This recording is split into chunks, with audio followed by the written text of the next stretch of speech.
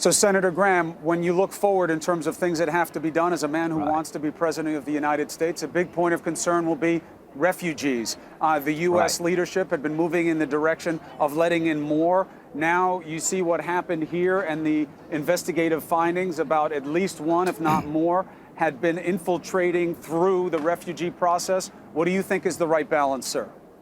Well, there are people on my side of the aisle who say that if you just stop the refugees from coming to America, that fixes the problem.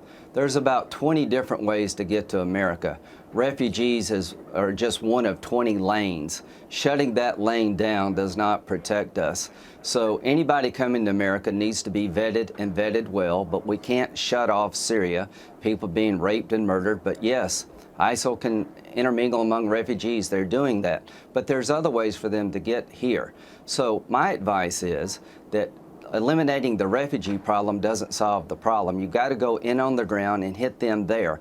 I'm looking for an away game when it comes to ISIL, not a home game. I want to fight them in their backyard. So shutting off refugees doesn't destroy ISIL. I have a plan to destroy ISIL. Use the armies in the region, which are large and professional, integrate our forces among those armies with the French and other NATO nations, have an air campaign supplemented by a ground campaign of 80 to 100,000 ground forces, of which will be about 10%, and going on the ground and destroy these people before they hit us here at home and continue to do damage. There is no other way to defeat this enemy other than a ground component, of which we will have to lead and be part of. Chris, could I just add? Well, as you know, go ahead, please, Senator. The refugee problem is the symptom of failure. It's not the cause of failure. Yes. The refugee problem would not be there if it hadn't been for a failed foreign policy, a lack of strategy, a lack of addressing this issue seriously. So, of course, we don't want anyone coming to the United States who might do damage in the United States. But the fact is, until you address the problem of ISIS, you're going to continue to have refugees.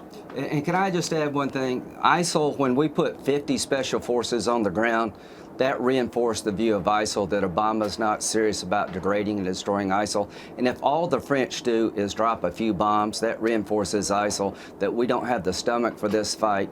Now, I'm running for president, but we don't have to January 2017 to deal with this. I offer my services to my president as a Republican to rally my party, along with Senator McCain, to a different strategy, a more robust response that would require a ground component. I stand ready to help President Obama because we need to do this quickly or they're coming here. Senator Graham, as you know, members of the military say a suggestion of 8,000, 10,000 troops, which simple math is the number that you're suggesting right now, won't be enough. That you need a huge U.S. military presence on the ground there, akin to what we saw in Iraq, if not Afghanistan, That's to not what push I've back heard. ISIL there in any effective way? I don't know. Then, look, the idea that there's just one opinion on this would be simplistic, but certainly many in the military, as I'm sure both of you gentlemen know, think you need a bigger presence. But then the question becomes, well, then what? If you push them back, as you did with al-Qaeda forces and the Taliban, how do you hold that land? How do you deal with the political change that needs to happen? Because you're fighting an idea, not just a ground force. What about those concerns? Real concerns. The regional force that I'm talking about would be large. You've got Saudi Arabia and Egypt and Jordan and Turkey have large armies. They're ready to fight ISIL because ISIL's a threat to them.